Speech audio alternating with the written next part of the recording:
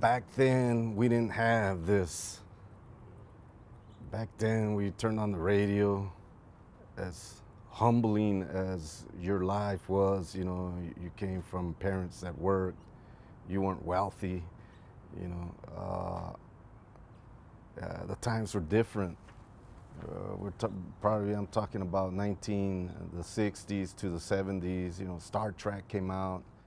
It was just growing up in that type of environment. It's unheard of now, you know. And to me, I feel very fortunate to be able to have grown up in that environment. It was tough. You had to go to work. The work ethic back then, there was no gimmies from nowhere. You had to work for what you had.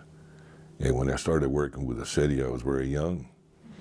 And, you know, I bought my first car when I was about 17 years old. And you know, I just kept on working. But it goes back to the barrio. The barrio got us, kept us together. We had a lot of fun. We never saw ourselves again as poor.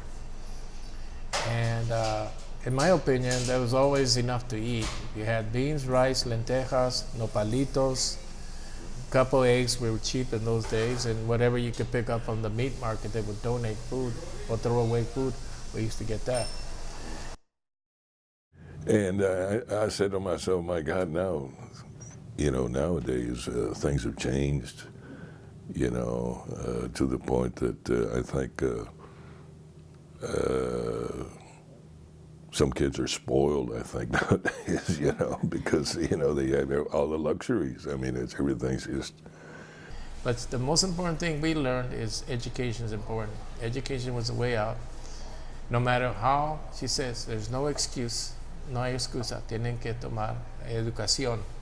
La diploma es muy importante para que se respeten, para que lo respeten a ustedes, for respect. It didn't matter what you did, she encouraged all to stay in school. And that's what made us successful, really, is that was the main thing. No matter what the situation was, you study, there's no excuse. You cannot, no lower than an A or B. That was my mom. We were supposed to be in school every single day. We were not supposed to be late. We were not supposed to be absent.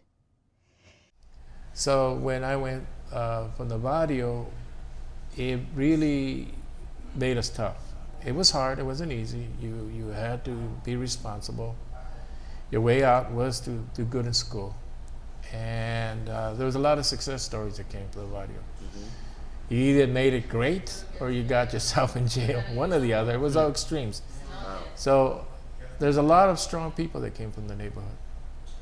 And we didn't really see ourselves as poor. We thought it was normal. Until somebody finally told us, well, you guys are poor. Oh, really? I had a lot of fun playing all day, you know. I don't think we're poor. We eat beans, rice, nopalitos, you know, shoot. Yeah. You know, it was a good diet. Later on, we found out that was the best diet to have anyway. Not all the junk food we have nowadays, which I'm about to eat too, donut shop.